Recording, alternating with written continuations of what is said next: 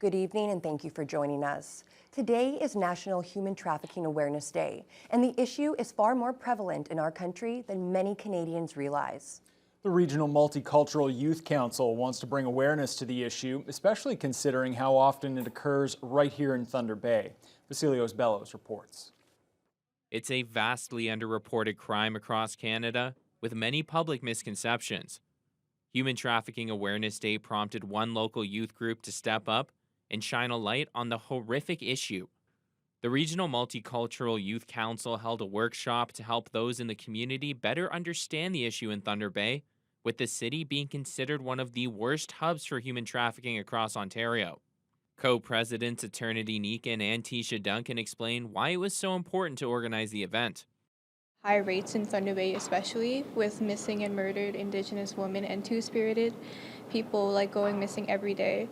And I felt like it was necessary to spread awareness and also educate young people on how to be safe and recognize signs. I guess just for me, I kind of always grew up with that fear that something bad would happen to me, especially living in Thunder Bay. Part of the event focused on the RMYC's peer mentoring program, in which youth reach out to each other about issues when they aren't comfortable doing so with adults.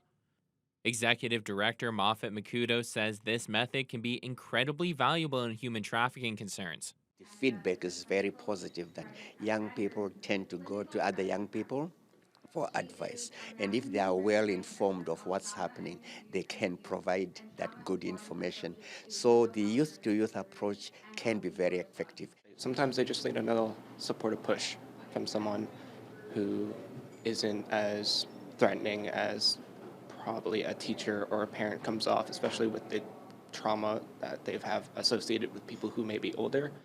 During the workshop, one of the biggest misconceptions put to rest was that human trafficking was primarily committed by strangers, when in fact, 91% of victims in police-reported incidents are known to the trafficker. Vasilios Bellows, TBT News.